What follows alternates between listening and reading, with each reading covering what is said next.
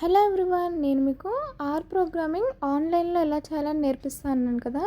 First మీరు గూగుల్లోకి వెళ్ళి are programming online compiler అని సెర్చ్ చేస్తే ఫస్ట్ వచ్చింది క్లిక్ చేయండి. ఆ లింక్ క్లిక్ చేస్తే ఏంటంటే మీకు ఆన్లైన్ కంపైలర్ అనేది ఓపెన్ అవుతుంది. ఆ కనిపించే డేటా మొత్తం కూడా మీరు క్లియర్ చేయాల్సి ఉంటుంది, మొత్తం రిమూవ్ చేయాలి.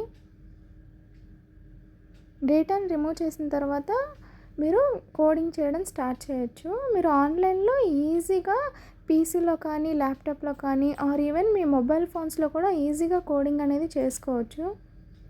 చూడండి, టెక్స్ట్ అనేది రిమూవ్ చేశాను. నేను మీకు ఏదైతే కోడింగ్ అనేది ప్రొవైడ్ చేశానో ప్రీవియస్ వీడియోస్లో సేమ్ అదే కోడింగ్ నేను మీకు ఇక్కడ చేసి చూపిస్తున్నాను. చూడండి, ఇక్కడ నేను యాష్ ఫస్ట్ టైప్ చేసేంటి, యాష్ అనేది మనకి కామెంట్స్ని రిప్రజెంట్ చేస్తుంది కదా.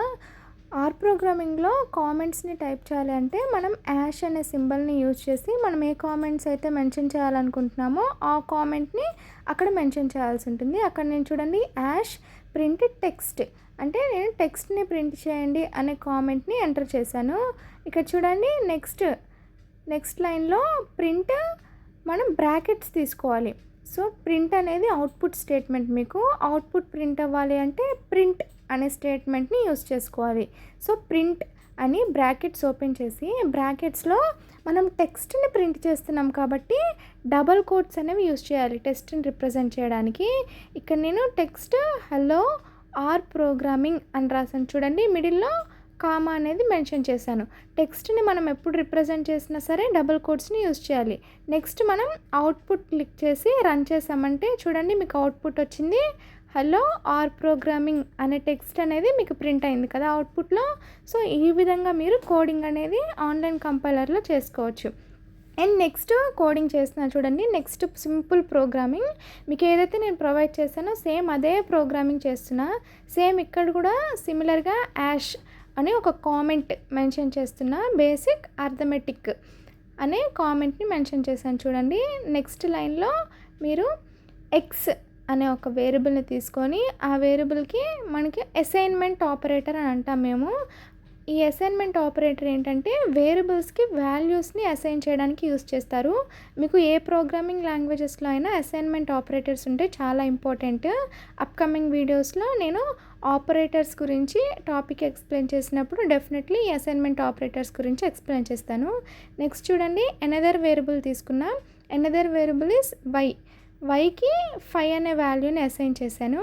నెక్స్ట్ జెడ్ అనే ఇంకొక వేరియబుల్ తీసుకొని దానికి x+y ఏదైతే టోటల్ మనకు కావాల్సి ఉంటుందో ఆ టోటల్ x+y అని తీసుకున్నా.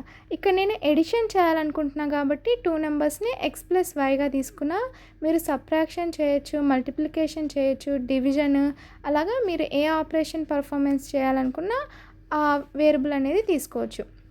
నెక్స్ట్ ఇక్కడ చూడండి, ప్రింట్ చేయాలి కదా మన రిజల్ట్స్ని. ప్రింట్ చేయడానికి ప్రింట్ అనే అవుట్పుట్ స్టేట్మెంట్ తీసుకొని జెడ్ని మెన్షన్ చేశాను.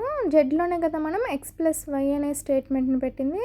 ఇప్పుడు చూడండి, అవుట్పుట్ మీద క్లిక్ చేసి రన్ చేశారంటే మీకు అవుట్పుట్ అనేది వస్తుంది. సో x వాల్యూని మనం 10గా తీసుకున్నాం, y వాల్యూని 5గా తీసుకున్నాం. x+y చేస్తే మనకి ఆన్సర్ ఎంత వస్తుంది? 15. ఎడిషన్ చేస్తాం కాబట్టి 15 వచ్చింది ఆన్సర్. నెక్స్ట్ చూడండి, నీకు ఇంకో సింపుల్ ప్రోగ్రామ్ ఇచ్చాను కదా వెక్టార్స్ మీద. సో ఇక్కడ మళ్ళీ నేను కామెంట్ అనేది మెన్షన్ చేస్తాను. కామెంట్ వచ్చేసి creating a vector. So creating a vector అనే కామెంట్ని మెన్షన్ చేసి వెక్టర్ మీద ఆపరేషన్స్ అనేవి పర్ఫామ్ చేస్తాం. అప్కమింగ్ వీడియోస్లో మీకు వెక్టార్స్ అనేవి ఏ విధంగా ఉంటాయి, వెక్టార్స్ మీద ఏ ఆపరేషన్స్ చేస్తారు, ఎలా వెక్టార్స్ని మనం ఎక్కడెక్కడ యూస్ చేస్తాము అవన్నీ కూడా ఎక్స్ప్లెయిన్ చేస్తాను అప్కమింగ్ వీడియోస్లో. చూడండి, నెక్స్ట్ నెంబర్ అనే ఒక వేరియబుల్ తీసుకొని అసైన్మెంట్ ఆపరేటర్ యూస్ చేసి వెక్టార్ని మనం సితో డినోట్ చేస్తాం.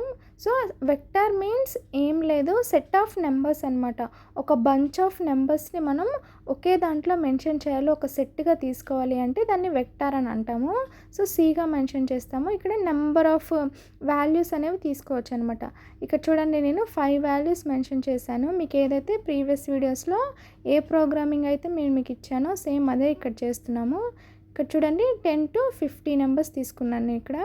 నెక్స్ట్ చూడండి, ఇక్కడ నేను మీన్ అనేది పర్ఫామ్ చేయాలనుకుంటున్నాను. సో మీన్ క్యాలిక్యులేట్ చేయాలి అంటే మీన్ ఫార్ములా ఏంటి? Some of the observations by number of the observations. So ఆ ఫార్ములా వేసి క్యాలిక్యులేషన్ చేయాలి అంటే చాలా టఫ్గా ఉంటుంది. కాబట్టి ఇక్కడ మనం డైరెక్ట్ సింపుల్ కోడింగ్తో మీన్ అనేది క్యాలిక్యులేట్ చేస్తున్నాం. చూడండి, మీన్ అనే వాల్యూ తీసుకొని మీన్ క్యాలిక్యులేట్ చేయాలి అంటే మీన్ అనే స్టేట్మెంట్ యూస్ చేయాలి. అక్కడ మీన్ బ్రాకెట్స్లో నెంబర్ అని మెన్షన్ చేశాను. నెంబర్ అని ఎందుకు మెన్షన్ చేసాము? మనం తీసుకున్న వాల్యూస్ని ఏ వేరియబుల్లో స్టోర్ చేసాం? నెంబర్ అనే వేరియబుల్లో స్టోర్ చేసాం కదా. సో అందుకని నెంబర్ మెన్షన్ చేశాను.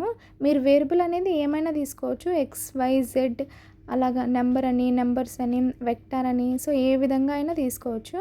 నెక్స్ట్ ప్రింట్, మీన్ ప్రింట్ చేయాలి. సో మీన్ని ప్రింట్ చేస్తున్నాం. అవుట్పుట్లోకి వెళ్ళి రన్ చేసామంటే మీకు ఇక్కడ అవుట్పుట్ వస్తుంది. చూడండి, అవుట్పుట్ ఈజ్ 30. చూసారు కదా. సో 10 to 50 నెంబర్స్ తీసుకుంటే సో ఆ 5 నెంబర్స్ యొక్క మీన్ వాల్యూ ఏంటి? 30 వచ్చింది. సో ఈ విధంగా మీరు సింపుల్గా ఆన్లైన్లోనే మీరు కోడింగ్ అనేది ప్రాక్టీస్ చేయొచ్చు. సో డెఫినెట్లీ కోడింగ్ ప్రాక్టీస్ చేయండి. ప్రాక్టీస్ చేస్తేనే అలవాటు అవుతుంది. చాలా ఈజీగా ఉంటుంది. 2-3 టైమ్స్ ప్రాక్టీస్ చేశారంటే ఎగ్జామ్లో మీకు చాలా ఈజీగా గుర్తొస్తాయి. సిస్టమ్, పీసీ, మొబైల్ ఏ దాంట్లో అయినా సరే మీరు కోడింగ్ ఆన్లైన్లో ఈజీగా చేసుకోవచ్చు. ఈవెన్ మొబైల్లో కూడా మీరు ఈజీగా కోడింగ్ చేయొచ్చు. నేను ఇప్పుడు మీకు మొబైల్లోనే రిప్రజెంట్ చేస్తున్నాను. ఎగ్జామ్లో 4th యూనిట్కి సంబంధించి డెఫినెట్లీ మీరు కోడింగ్ రాయాల్సిందే కంపల్సరీ. ఎందుకంటే యూనిట్ 4 వచ్చేసి మీకు టోటల్గా కోడింగ్ మీదే డిపెండ్ అయి ఉంటుంది.